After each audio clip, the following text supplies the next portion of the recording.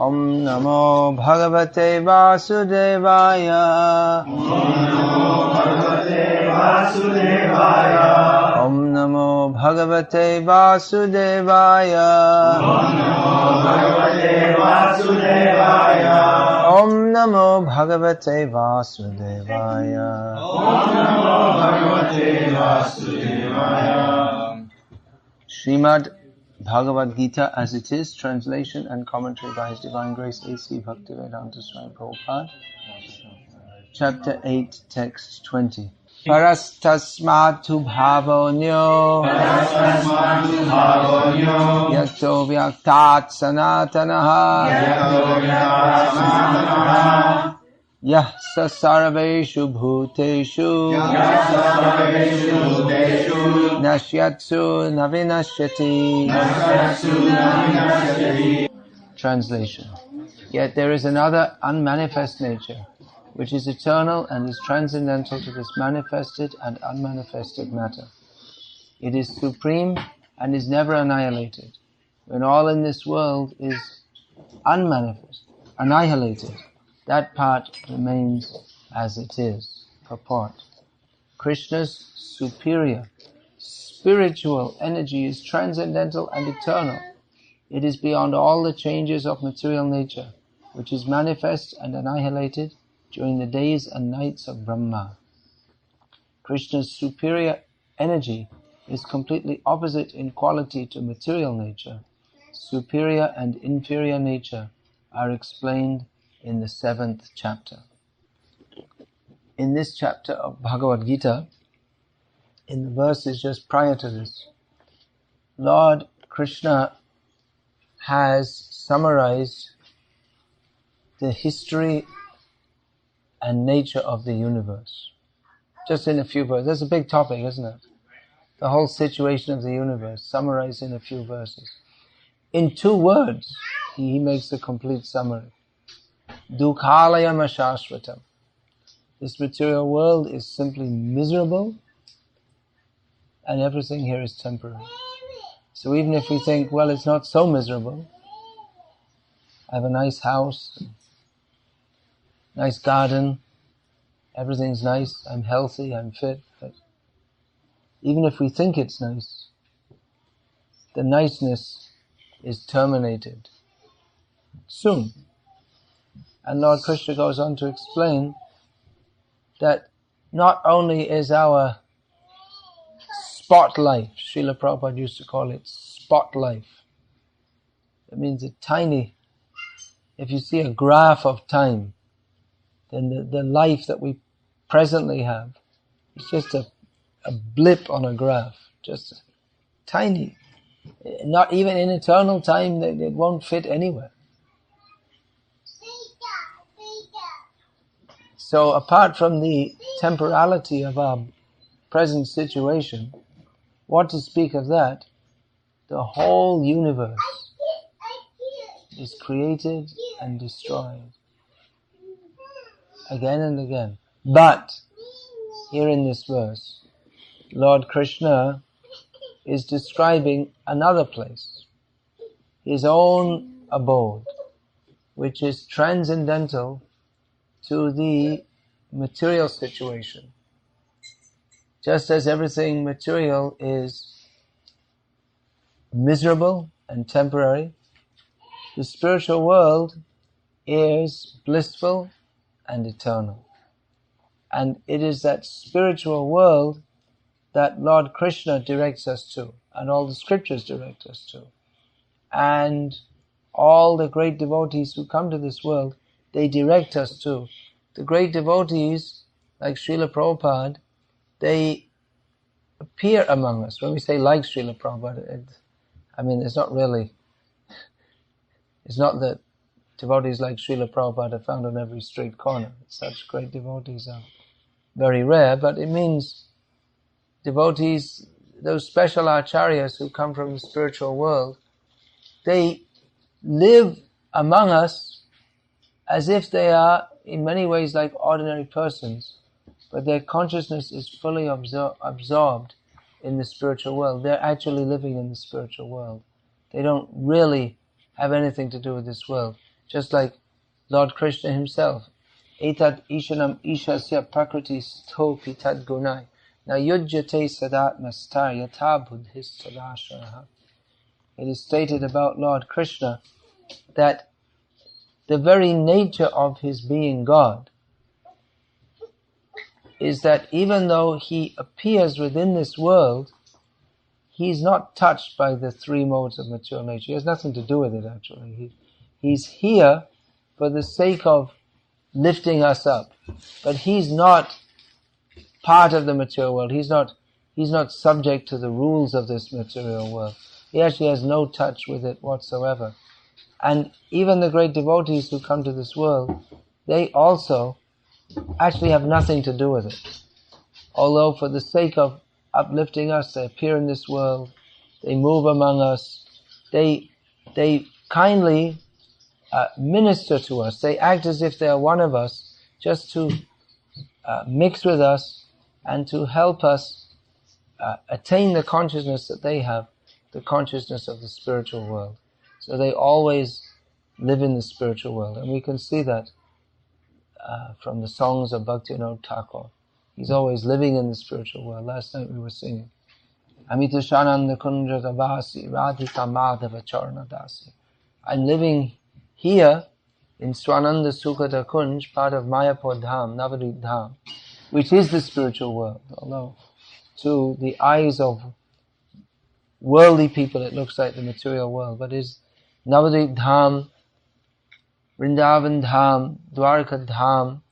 These transcendental sights appear in this material world, although actually they have nothing to do with this material world. Just like pure devotees, they appear in this world, but they are not, to ordinary mundane vision, they appear as if they are part of this world, but they're not. And the dhams of the Lord, they appear in this world, but they're not part of it. So to external vision, Bhaktivinoda Thakur or Srila Prabhupada were living in this world, but their consciousness is always in the spiritual world. And they live in this world to bring us back to that world. Now, to the atheist, to the skeptic, this will all seem like wishful thinking. They will advise us to be realistic. But why do they think they've got a monopoly on realism? Why should they suppose that being realistic means to come to terms with our present situation in this material world. But one thing is, we can never fully come to terms with it. We can never get a grip on it. We can never control it. We're controlled. And the nature of this material world is that it is miserable. And they'll say, well, okay, that's it, tough. But why do we have to accept their definition of realism? That this is all there is. We can't see anything else, so we shouldn't believe in anything else. Why not? Why should they have a monopoly on realism? Why should they confine it to their experience? It's absurd, actually, that they say that we can only accept that which we can perceive. Why? Is all of reality encompassed between that which we can perceive with our highly incompetent senses? Our ears can only hear sound from a certain distance, at a certain pitch. Our eyes can only see within a certain light range. We can't see, if you're long-sighted, then you can't see, even the writing is right in front of your eyes. You can't read it at all. And then we should accept as, and what to speak of what we can perceive, our ability to understand it is also limited by our intelligence. So why do we have to accept? Why is it considered realistic to accept only that which we can perceive? Why there should not be? a blissful world beyond this world. That appeals to us, the prospect of something better. Why is that? That is explained in the Shastra, Rasovai Saha. That the very nature of reality is rasa. The nature of reality is not misery. Sometimes people say that, well, our philosophy is very pessimistic because dukhalayama shastratam, everything is temporary, everything is miserable. We don't say that. We say everything in this material world is, we don't say, Krishna says, everything in this material world is miserable and temporary. But that's not pessimistic, that's just realist. It's a fact. What is that misery? Birth, death, old age and disease. And you can say, well, we can go to Disney World and we can go and have a look at the alligators and we can sunbathe and get disease and old age and death. That's naturalness. That's what we're saying. That's the nature of this material world. And it is miserable. That is not pessimistic, that is realistic. But it's also not unreasonable to suppose that as we are happiness-seeking creatures, that it is our nature to want to be happy, despite the nature of this material world being one that inflicts misery upon us, then it's quite reasonable to suppose that there is a place that we can go to where there is no death, old age, no disease, no rebirth, where there is only happiness. Why not? Why should we? That's pessimism. What their so-called realism, that is pessimism. Both optimism, being optimistic, well, life isn't so bad. It is bad. There is birth, death, old age and disease. It is bad. So to be optimistic, look on the bright side. What bright side? You're driving, an analogy, you're driving straight into a brick wall. So some may say, you're driving into a brick wall. Don't be so pessimistic. Be optimistic. It's a sunny day. Yeah, but you're driving into a brick wall. Or I'm drinking a nice Coca-Cola and it's a sunny day. Why are you so pessimistic? You're driving into a brick. Don't be so pessimistic. That's reality. He hits the brick wall. And the pessimist, that he thinks that, well, there's nothing beyond. There's only misery. But the transcendental realist accepts messages from the spiritual world that there is a place where there is Sugita Nartane Shabashaki Gane Tushichi Jugala Dhane. The description of the spiritual world where the gopis are always singing and dancing and satisfying Radha and Krishna. Well, you might say, well, how can you accept that? How you can believe? What is the evidence? Well, the evidence is Shastra. Once an atheistic Indian doctor in Stockholm, I believe it was, met Srila Prabhupada and said to Prabhupada, very skeptically, what is the evidence of the existence of the soul? Prabhupada replied, because Krishna says so in the Bhagavad-gita. That's actually the best evidence. I mean, we can say so many things. There are, I mean, Lord Krishna himself gives the example. Dihino srinyata dehe komarang yovanang jara tata dehantara praptihi. Lord Krishna gives the example that the body is always changing. The body is material, but the deha, the body, the material body is changing, but the dehi, the person, the person within the body stays the same. You can remember, Srila Prabhupada often used to give the example. I remember when I was 4 months old, sitting on my sister's lap, Most people can't remember when they're 4 months old. So Prabhupada said that when he was in Puri in 1977, he said, I remember when I was here as a young man, walking by the beach like I'm walking now. But in those days I was very sprightly, had a lot of energy. Now I'm walking with a stick. Now I'm an old man. Same person. The body has changed. Of course, Srila Prabhupada's body is completely transcendental. But he's giving this example. So Lord Krishna gives examples.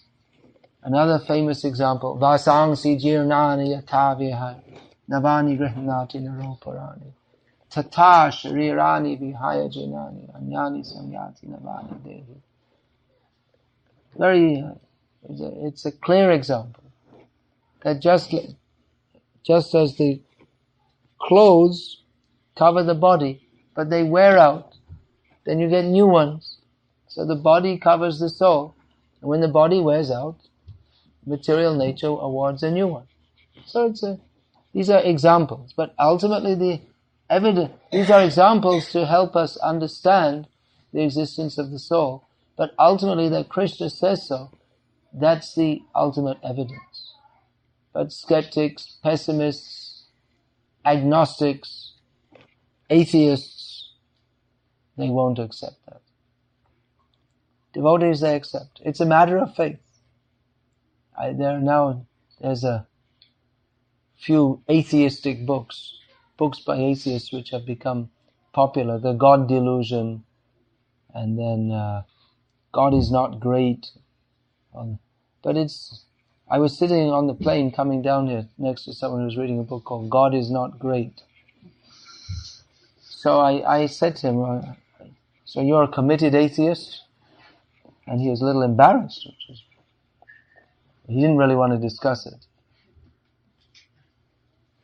So I said that empirically the existence of God can neither be proved or disproved. So you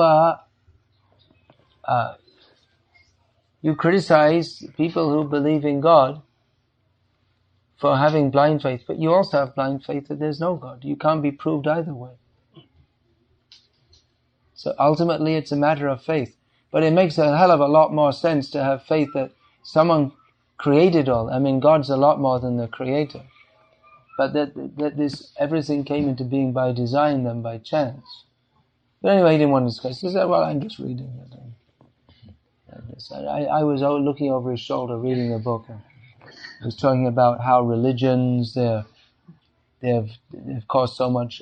He said this, on religions cause so much trouble. And that's got nothing to do with that's absolutely not an argument for the existence or non-existence of God. That religions have caused so much trouble. It absolutely doesn't relate to the fact at all. You could say that, well, science has caused so many problems, so then just close down science. It's a non-argument. What else did he say? So, in the book it was referring to Saint Francis of Assisi talking to birds, and it was written in a very skeptical way. It was referring to a Franciscan monk, and it said that he was a follower of a mammal who was reputed to talk to birds. Very skeptical. You don't know how to talk to birds doesn't mean that everyone doesn't know how to talk to birds. Just because you can't do it, you don't know, you're not on that level, then you just presume that it's not possible. Again, foolishness. And anyway, St. Francis of Assisi talking to birds or not talking to birds, that also has got nothing to do with the existence of God or non-existence of God. I mean, these people, they don't even think in the slightest bit logically. Whether he spoke to birds or not, neither proves or disproves the existence of God. It's a side issue. Of course, the Christian belief hasn't been a very good representative of spiritual knowledge, not at all. It's that they ask you to believe practically blindly In some ways it's done good, that people believe in God, they have some faith in God, but in other ways to pure theism, in other ways it's damaging. Srila Prabhupada always presented that we are for the first time presenting scientific knowledge of God. Otherwise, just believe. Just believe, because it's in the Bible. Someone will say, well, why should I just believe because it's in the Bible? Someone will come, why should I believe? Because if you don't believe, you go to hell. Well, someone told me that about the Quran also. And then, there are Catholics and Protestants, and some of them believe in the Virgin Mary, and some of them don't believe in the Virgin Mary, and it's all just blind faith. So Prabhupada presented scientific knowledge of the personality of Godhead. That means that what is stated in Shastra, we are asked to believe. That's true. Everyone believes something. Shradhamaya yang purusha yasa shradhasa eva saha. In Bhagavad-gita, Lord Krishna says, everyone believes something. And one is classified according to his belief. Even the atheist, he strongly believes that there's no God. Or, here's what I often say. Someone who says, I don't believe in anything. Then you just ask them, do you believe what you just said? They're caught. You have to believe something. John Lennon, he made a long song, I don't believe the Bible, as if it's a great philosophical, profound statement. I don't believe in Hitler, and he goes on and on and on. It's 20. I heard this song once, but I remember it from years and years ago. And the final conclusion is profound philosophy. He doesn't believe in all these things. And then this finally come to the point, what does he believe in? I just believe in me. Wait a minute, there's more to it. Yoko and me. That's reality. And with music, like it sounds very profound, and he's just a fool, that's all. But by the music, he thinks it makes it sound very profound. So he believes. But where is John Lennon now? Where's Yoko Ono? She's still alive, I think. It's not much longer, probably. She's pretty old. Prabhupada, when he went to France, he heard there's a saying that Napoleon is France and France is Napoleon. He said, well, here's France. Francis said, where's Napoleon? There's just a statue with pigeons passing stool on it. Prabhupada always gave that example in the park in Calcutta. The statue of Sir Ashutosh Bose. What did he do anyway? Maybe any Bengalis here? He says some statue is there. I don't think anyone knows what he did.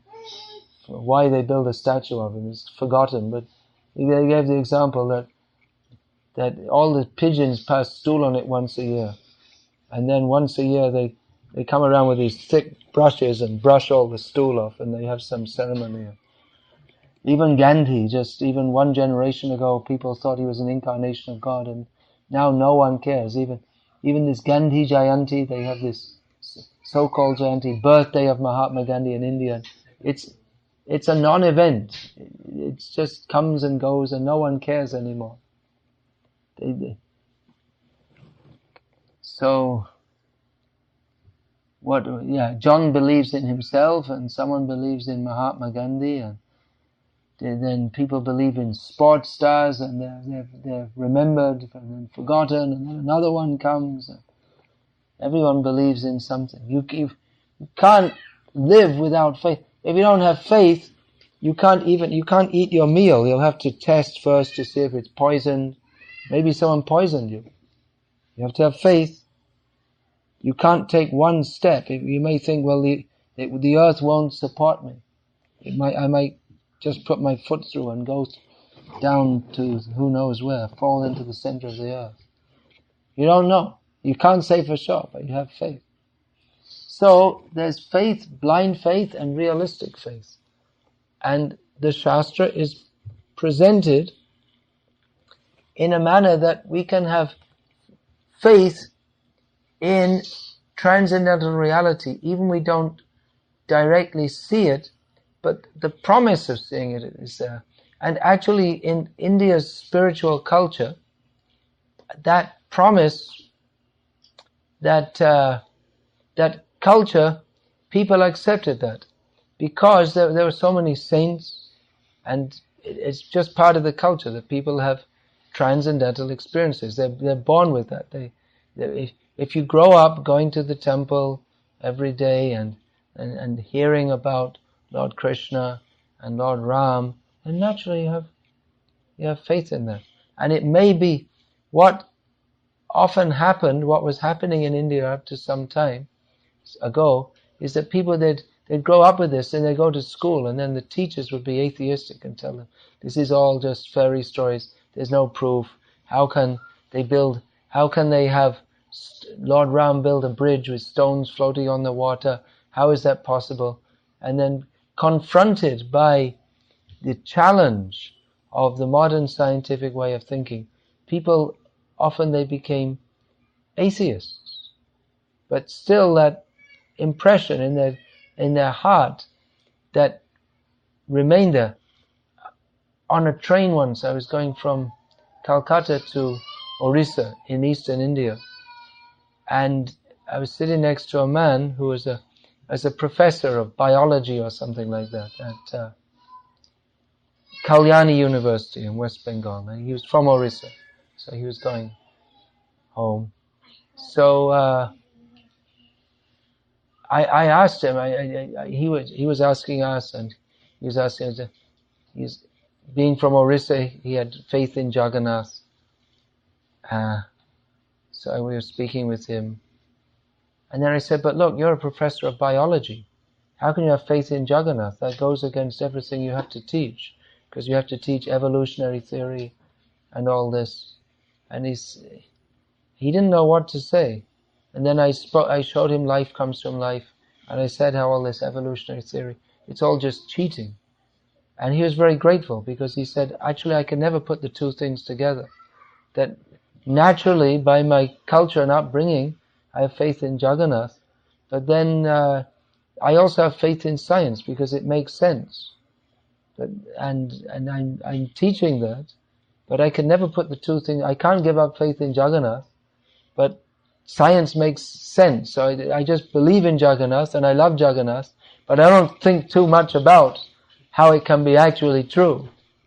Sadar Puta Prabhu, I think you may know, he lives in this area, I believe, in Gainesville maybe, Alachua. So last time I spoke with him, which was quite a few years ago, in India, he told me from his observation that many Indians, they have two-track brain, two-track intelligence. That they believe in God, and they believe in modern science and modern advancement, and they're either in one track or the other track. And to be in one, they turn off the other, because you can't have them both running at the same time. So, there'll be like a nuclear scientist or something, and then turn that off, go to the temple, say some prayers, and like that. They don't try to put the two things together. Some people do. There's some people trying to show how the Vedas are actually, they fit with modern science, but in some ways, yeah. Atomic science, we have the word Paramanu, that is there in Shastra long before Newton and Dalton and all these people. So that's there, and then we have Vimana, airplane. That word is there in Sanskrit, which was long before the Wright brothers, or even before the Wright brothers, that was conceived of by Leonardo da Vinci. But actual Vimana, airplanes, are described in Shastra, and so many things. The description of the child in the womb, they think that's a modern discovery, how they've discovered with, first of all, with X-rays probably, and nowadays they use sonography and different things to what's going on in the womb, how the semen mixes with the ovum, and then the fetus is formed, and after so many days, the hands and the legs and the heartbeat and all these things start. But they think this is a modern discovery, but it's right there in the Bhagavatam and in other scriptures. So some people are trying to join together the Vedas, Vedic knowledge, modern scientific knowledge. To some extent, to the extent that science has got it right, it can fit to the Vedic knowledge, but there's a lot of things which seems like they got it wrong, or they don't know, or partially right. So we accept, the followers of the Vedas, they accept axiomatically that Shastra is correct. And people may say, well, that's blind faith. Then if you want to study, you can find there's so much that works also, scientifically. And it appeals to the intellect also, because something must be correct, something must be true. We're saying it's a matter of belief, whether we believe in God or not, but our belief doesn't affect the existence of God. Either He exists or He doesn't exist. If He does exist, then our non-belief in Him won't cause Him to not exist. And if He doesn't exist, then believing in Him won't make Him exist. He's not a figment of our imagination. We are a figment of His imagination. We are produced from His thought. So it's not really a matter of a belief, it's a matter of that science means to find out what is, to ascertain reality. And actually it's a lot more realistic. It makes a lot more sense to accept that there is God than to suppose that there isn't God. Just on the basis of, well, how is everything going on in such an ordered way, unless there's some design and some control. Now, a lot of the problem that people have in believing in God is the question of suffering. Because people think, well, if God is all good and He's all powerful, then why is there so much suffering in the world? If He's all powerful, then He should stop all the suffering. This comes from the misconception that actually we are good and God, His job is to help make us happy. But the actual situation is that we are in this world because we have rebelled against it. And that's why we're suffering. And it's not His job, as all the religions of the world, practically they teach that you pray to God and He will make our position in this material world better. But that's a great misunderstanding. Lord Krishna states here that no, what's the use of trying to be happy in this world? Because the dukhalayam ashashvatam. Anyway, it's miserable, but there is a better place. He points to that better place. And that better place, it's not just that there's no birth, death, old age and disease there. It's a completely different consciousness that makes it happy, makes everything happy there, and gives us the eligibility to reside there. That consciousness is, instead of trying ourselves to be happy independently of Krishna, that we take the position of servants of Krishna. We are meant for His happiness. That's why there's no birth, death, old age and disease there. There is in this material world. And we may say, well, if we want to be independent from God, then why doesn't He create a situation where we can be permanently and there's no birth, death, old age and disease? But that is contrary to our nature. We have an intrinsic nature. And Krishna, He is the transcendental autocrat and overlord. He is the center of all existence. We are meant for His pleasure. And if we try to act in a manner contrary to that, then that is our actual suffering. The real suffering, this birth, death, old age and disease, and then adibhotik, adidaivik, adhyatmik klesh, the miseries resulting that we experience from our body and mind, miseries inflicted by others, natural disturbances, all these different kinds of miseries. Actually, they're bad as they are, they're only actually symptoms of the real suffering, that we are separated from Krishna. Being separated from Krishna, that is the suffering. So all this this presentation, this appeals to the intelligence of pious persons who are not totally demoniac. And the appearance in this world of Lord Krishna himself, that he comes and he shows, well, I'm God. You don't believe it, Jarasandha? You don't believe it, Putana?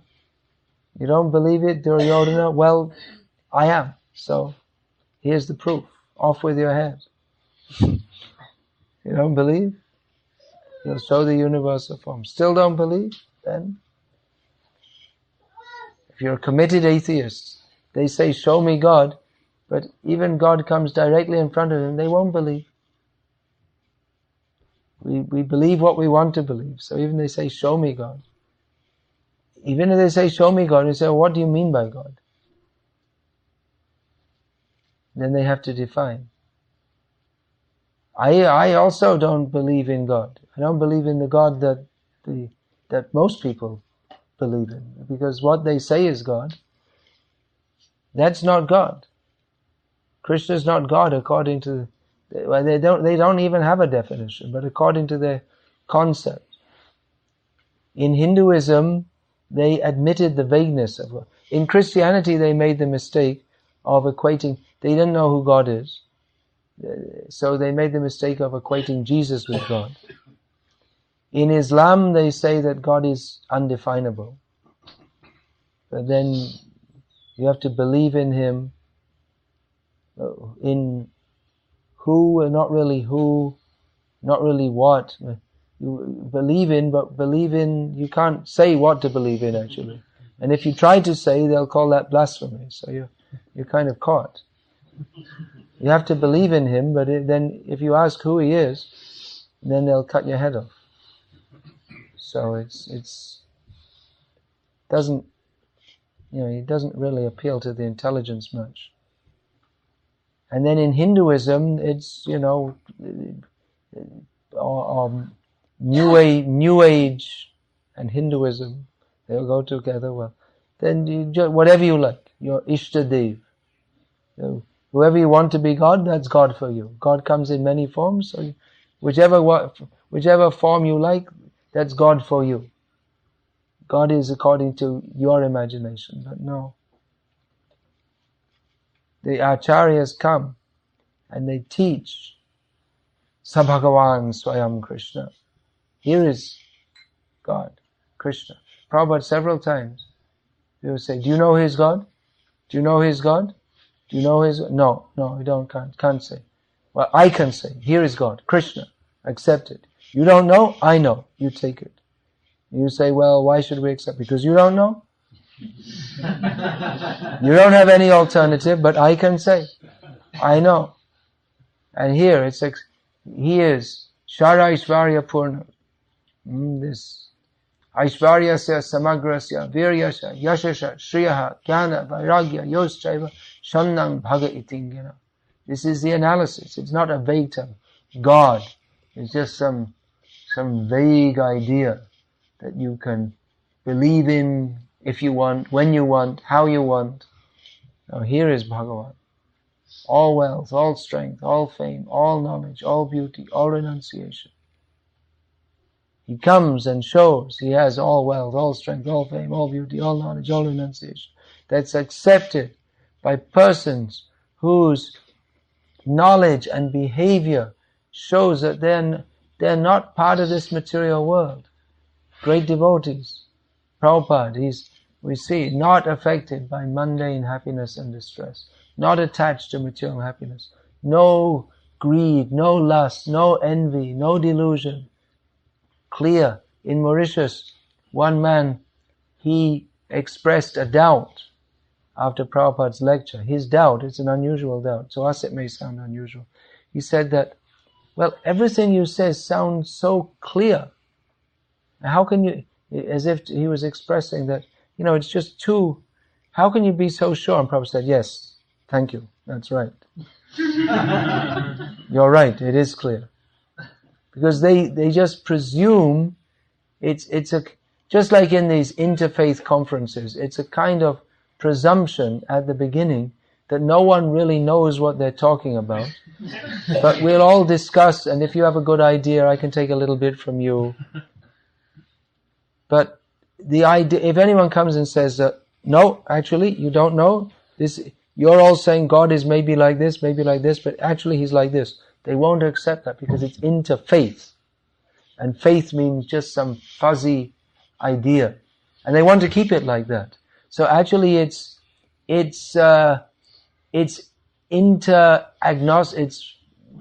agnosticism practically. That we all believe in God, but we don't really want to define him too much because then would be fanatics and fundamentalists, and we have to accept all different people's views.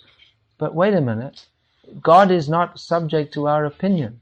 He's not that by discussing him, well, my view, your view, and then we'll take the average mean and we'll make a statistical survey, and then this will define God. No, it doesn't work. He is as he is. And those who are great devotees, they know who he is. By, like I say, by their behavior. They demonstrate they're not part of this world. And all the great devotees, they accept Krishna's tu Bhagavan Swayam. So this is good evidence. Prabhupada, he came and spoke of the spiritual world. People believed him. Not everyone believed him. They believed him because they could appreciate that Prabhupada he's got something that we don't have. His level of consciousness is such that he's not attached to this material world. He's in completely pure consciousness. People could appreciate. And then he was able to communicate the bliss of the spiritual world. That's, people say prove, but proof is not just a matter of mathematical measurement. There was an idiot we met the other day. He was what do they call this? He was working in cosmology, scientist, but he was an idiot. Cosmology. And he said, well, I also believe in God, and we'll prove mathematically there is God. That was his whole thing. So we can't prove it now, but we'll prove mathematically. But the very effort to measure God is Maya. Miyate anaya iti Maya. That's one of the definitions of Maya. The attempt to measure will always fail. That Lord Brahma, the biggest engineer, people coming from India, they want to be engineer. I'm an engineer. Software engineer, civil engineer, mechanical engineer, electrical engineer. I'm an engineer. There's no engineer like Lord Brahma. He found out, I can't measure Krishna. He thought, let's just see this Krishna. He doesn't look like God to me. He's just running around with a few cows. Doesn't look like God. Okay, let's do a little experiment here. Lord Brahma is a scientist, so he did a little experiment. He kidnapped all the cows and the cowherd boys. He thought, whoops, wait a minute. What if he is God? I'm going to be in a lot of trouble. Okay, bring them all back. And then he saw that Krishna still with his cows and cowherd boys. He said, what's going on? And then Krishna showed that, hey, it's all right. You keep them there and keep them locked up. I have reproduced them all by expanding myself. And then Brahma, he thought, whoops, I made a big mistake. He is God. Then what's his conclusion? Jananta eva janantu kimba hukjana me prabhu manaso vapaso vacho vaibhavam tavagocharaha. He said, others may think, I'm Lord Brahma, I'm the biggest brain in this universe. I'm the best scientist. So others may say, I understand Krishna. Let them say. But as far as I am concerned, by all my brain power, and I have the 4 best brains in the whole universe, by all my brain power, by all my mental efforts, I cannot even begin to understand Krishna. That's Brahma. So the attempt to measure is not possible. But this empiric method, or so-called scientific method, that we think everything should be proved. Unless you can prove it scientifically, then it shouldn't exist. Then prove scientifically that there's happiness. How can you prove that? You can't prove it.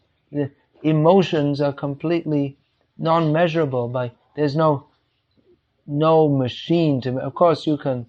Psychology is supposed to be something like a science, but even it's very difficult to define happiness or the mind. Who can define what the mind is? Who can prove that the mind exists? No one can see it. And what is it? How can you define? But no one will deny that it exists. So the experience of Krishna consciousness that Srila Prabhupada imparted, that is real. But philosophy went with it also. Because if we just go on our experience and emotions, that can be misleading. I want to have a sip of water. Remember Krishna. Rasoham apsu kaunteya. Krishna is the taste of water. So people say, well, I just feel Jesus is in my heart. Jesus is blessing me. But they don't know what Jesus wants. It's just a feeling as they're munching on their roast beef. And they don't know Jesus. Jesus doesn't want you to eat roast beef. But they have a feeling. So feeling, that is important. But it has to be tempered with proper understanding also.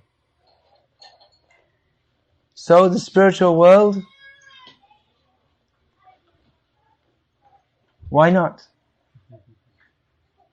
Why should this miserable material world be all in all? Why should there not be a place where there are gopis singing and dancing with Krishna and birds glorifying Krishna? Why should there not be a happy place? Why should we not aspire for that? If our highest aspiration is just to get money. Someone's telling me, who is that? 80% of the students in America nowadays, they aspire to be rich. That's their main goal in life. So you can be rich. You could say it's better to be rich miserable than poor miserable. But miserable is miserable. Often you'll see that people who have less money are less miserable than those who have more money. It's not a fact that everyone knows it. If you say, everyone will agree. Most people will agree that money doesn't bring happiness. But still people are crazy after it because they don't know any more happiness than the happiness that comes from purchased goods, or the prestige of driving a BMW car rather than a Toyota Corolla. It's more prestigious, isn't it? So there's a sense, but it's not really happiness. It's a very, very poor substitute for happiness. But why should that we want to be happy suggests that there is a state of pure bliss. And this is the description. There is a spiritual world where there is pure bliss. And that pure bliss, that's not the bliss of I shall enjoy myself. That's not happiness. But what is the highest happiness? Love. Actually, it all makes sense. Even, it's not just sentiment. Even philosophically, it all makes sense. That Krishna is all beautiful. He's all loving. He's playful. His pastimes are full of all kinds of unimaginable, all intricate, complex pastimes full of laughing and joking, dancing, sometimes quarreling, lovers' quarrels. There's dancing and then bathing in the Yamuna, relaxing in flower groves. But all for Krishna. All the devotees in the spiritual world do everything for Krishna's pleasure. And they get so much pleasure from seeing Krishna happy.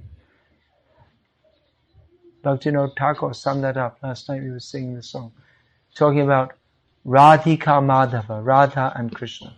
Duhara milone ananda kari. Duhar bijoge dukhete mori. That as a servant of Radha and Krishna, my happiness is seeing them joined together.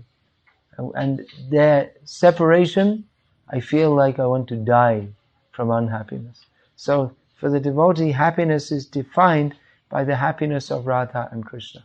And unhappiness is defined by their unhappiness. And actually they don't have any unhappiness. And there is no unhappiness in the spiritual world. But it may appear like that sometimes Radha and Krishna are separated, but that just enhances the bliss of when they come together again.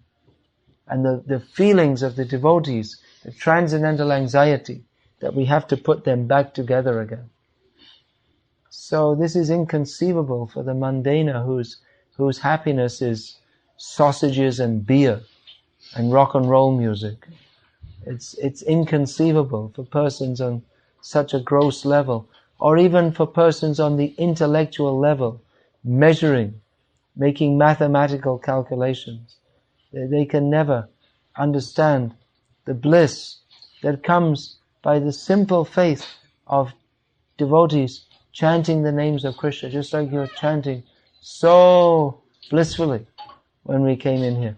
That blissful chanting, what is the essence of that blissful chanting? Is it musical ability? No, you were leading the kirtan. I wouldn't say you're a great musician in terms of music, and your voice is nice, but it's not professional standard, and the tune very simple. So what was the happiness? The musical standard is very, very simple. Nothing very professional. But what was there was that everyone was chanting with faith in Krishna, with the desire to serve Krishna, and that creates the blissful atmosphere, and the kirtan is blissful. It's not a matter of musical ability that makes kirtan blissful. It's the service mood. And the service mood that the Acharya, Srila Prabhupada, came, and completely full of the service mood to Krishna and to his Guru and to Lord Chaitanya. And therefore he was blessed to communicate that.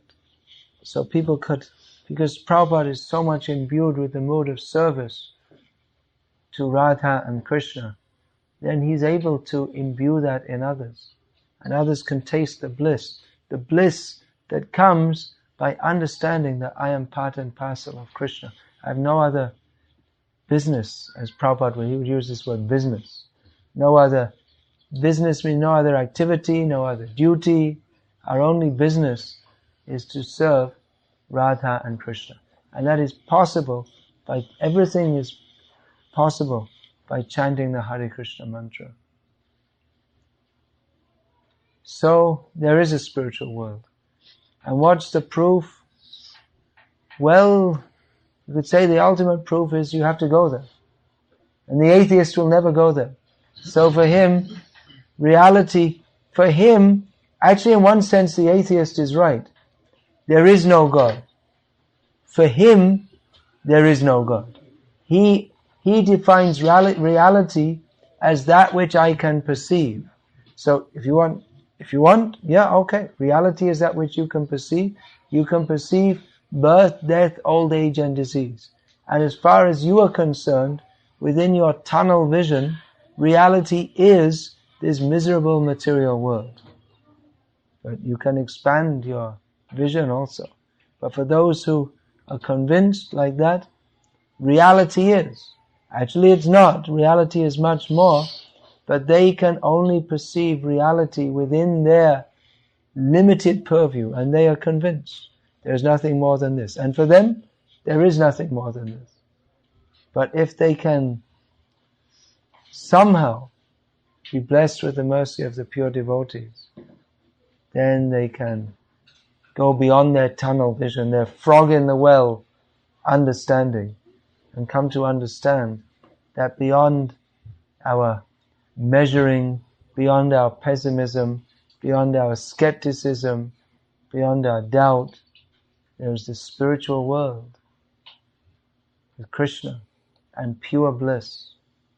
Such persons who are skeptics, Ravindra Swarup Prabhu asked Prabhupada, what about skepticism? What about skeptics? Prabhupada said skepticism is rascalism. So the job of the pure devotees is to save people from this rascalism of not believing in God, or practically making God like a demon. We believe in a God who, if you don't believe in him, he burns you in hell forever. Nasty fellow. That's my religious upbringing made me an atheist. So, what a guy, Maybe I'd better burn in hell than be with such a person. You have to live in fear of him, otherwise he burns you in hell forever. That's God. Terrible. So, his main business is, majority of people don't believe in him, so his main business is burning. At school we had to sing one song, I will smite him ad infinitum. What a horrible idea. This is the animal slaughterer's concept of God. Very, because they're in nasty consciousness, even they believe in God, but their belief is something nasty.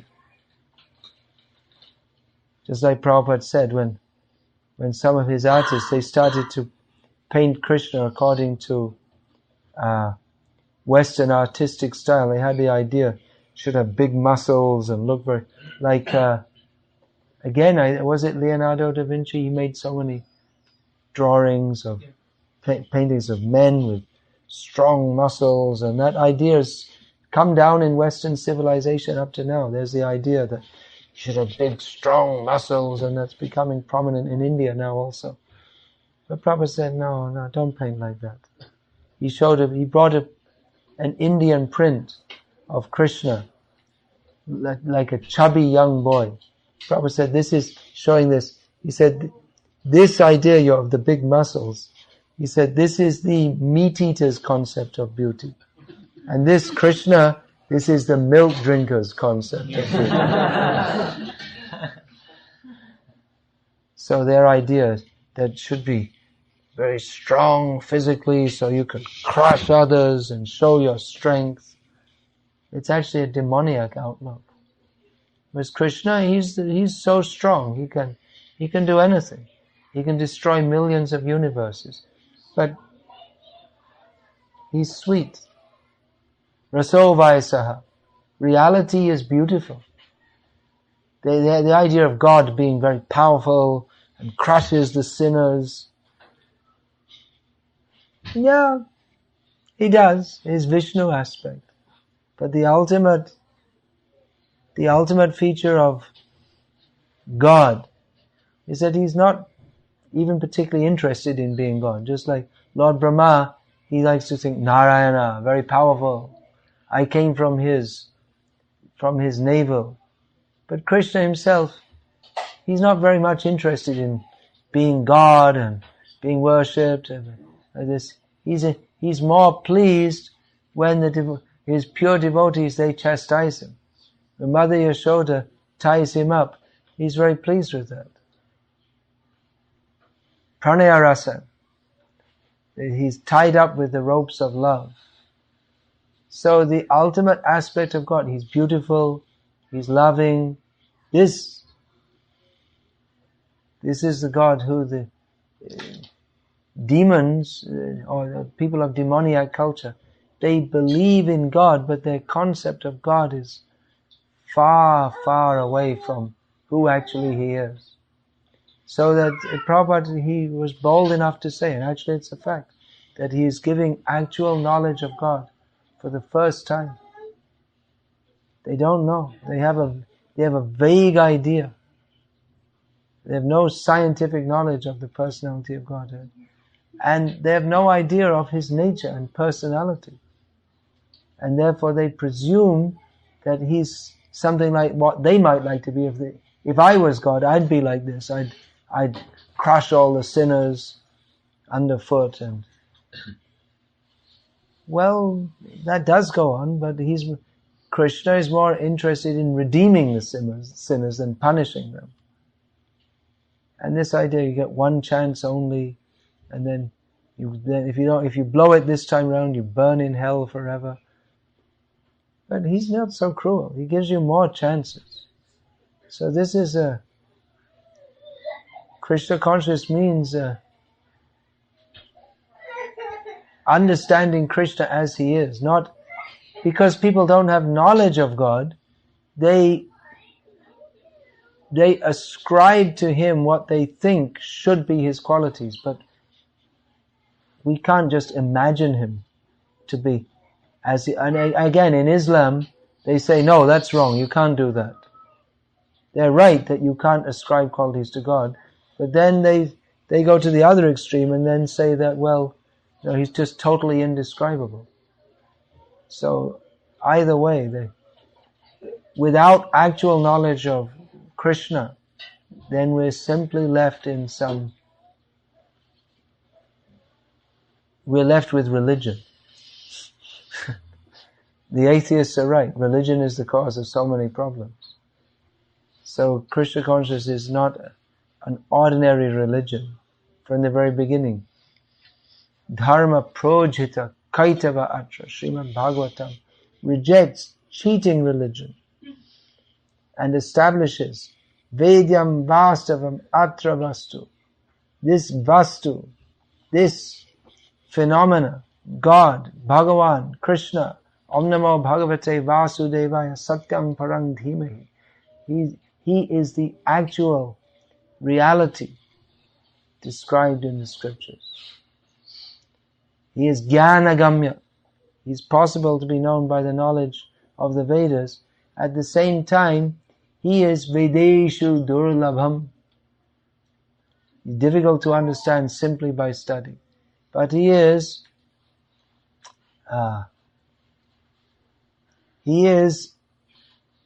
attainable through the mercy of His pure devotees, who describe who He is from the scriptures and give us a link with Him, personal link.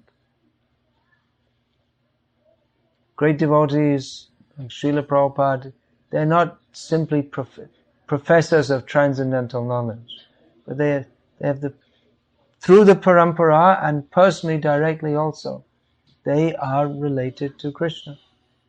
They give us Krishna. So, there's so much more to be said about this, but I'll finish there and take some questions,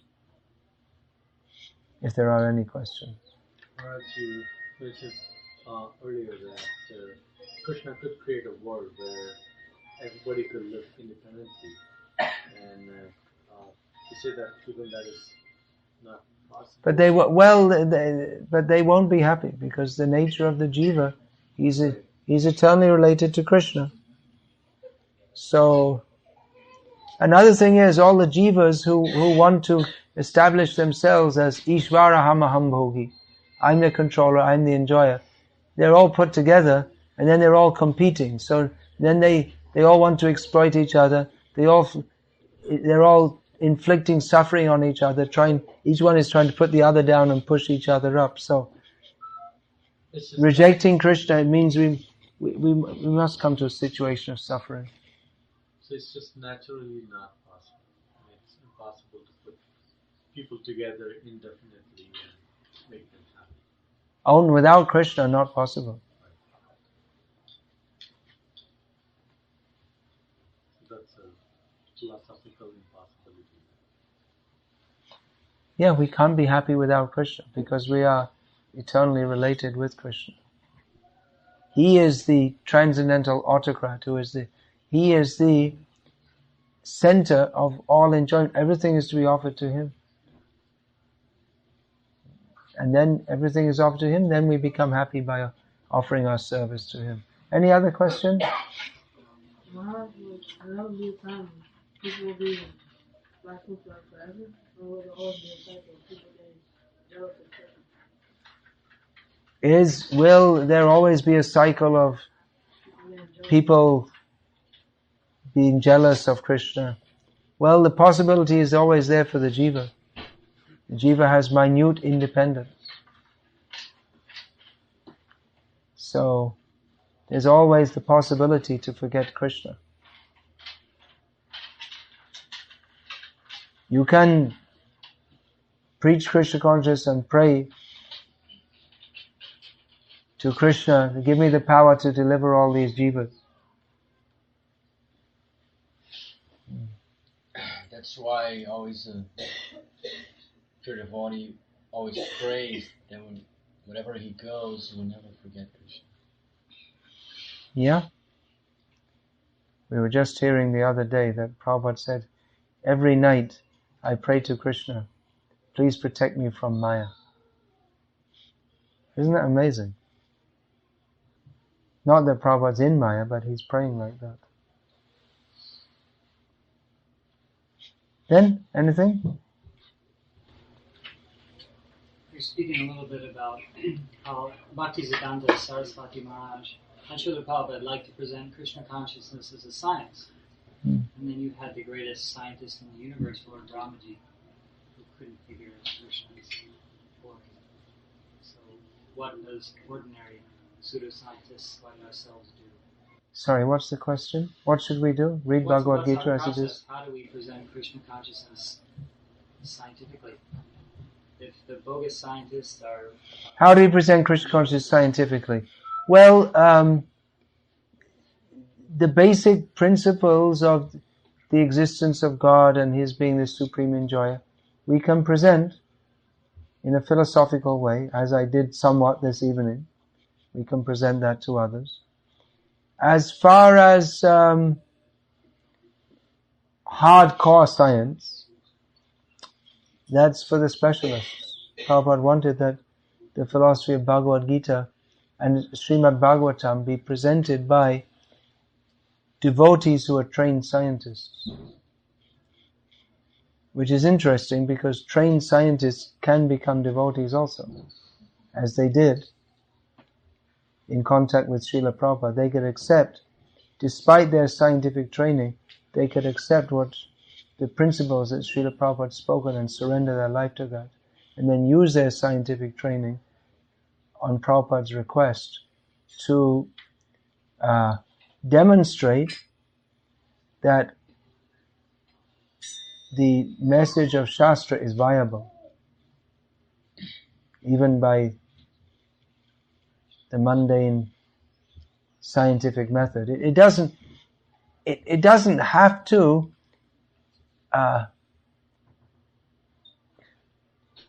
the scientific method doesn't have to contradict Shastric conclusions. It's only because the accepted orthodoxy in science takes it as an axiom that there is no God but actually a really honest scientist should find God in everything, the glory of God in everything. By science he should find that how wonderful is the creation of God. So, but this preaching to trained scientists, that's through the scientific method, is a job for trained scientists. Otherwise, the basic principles we can present.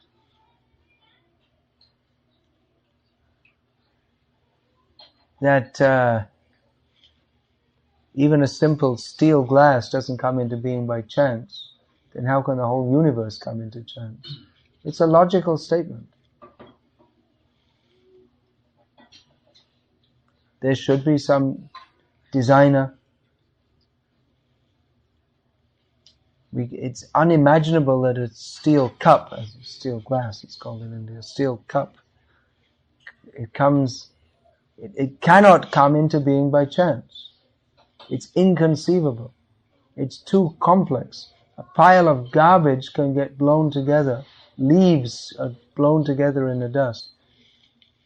But that a steel cup can come into being by chance is inconceivable. It's too complex.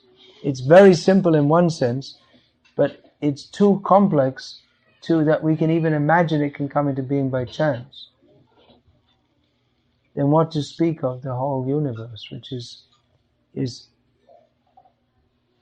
inconceivably more complex than a steel cup, which requires a designer, intelligence. There's so many factors behind a steel cup. Who designed this quality of steel? Then that iron can be smelted and made into steel in the first place. Then discovering iron ore deposits. Then working the deposits, mining, extracting the iron, or separating the iron from the other materials around it. There's so many factors involved. So it really doesn't make sense not to accept that to think that everything is coming to being by chance is really, it's a colossal foolishness. It's such a big foolishness that people, it's like if you're going to lie, tell a big lie. It's easier to get away with it. Because people can't imagine that something such a big proposition. If you say that everything is coming to being by chance, it's such a big proposition. They don't want to go against it. Or scientists say they have their calculations. Their calculations don't really prove anything. So it doesn't make any sense. If at school once, our math teacher, he put in algebra or whatever it was, you can put 2x squared times 3ay cubed. So they had a whole bunch of these on one side and the equal sign, and then on the other side there was another bunch of figures and letters, and he said, so this equals this. And we all looked at it and said, okay, that's all right. And then he made a few more, he multiplied by this and divided by this. And at the end he cancelled out everything and made 1 equals 2. And we went back to the beginning. We all looked through it. Everyone in the class looked through it. And we couldn't work it out. But then he showed where the fallacy came. That one of the brackets, all the figures inside one bracket, actually it came to 0. So then everything on one side should have become 0. But we didn't notice that. So it's like that. They're doing, the theory is great, but the result is nonsense. It looks like good math, but 1 equals 2. It's nonsense.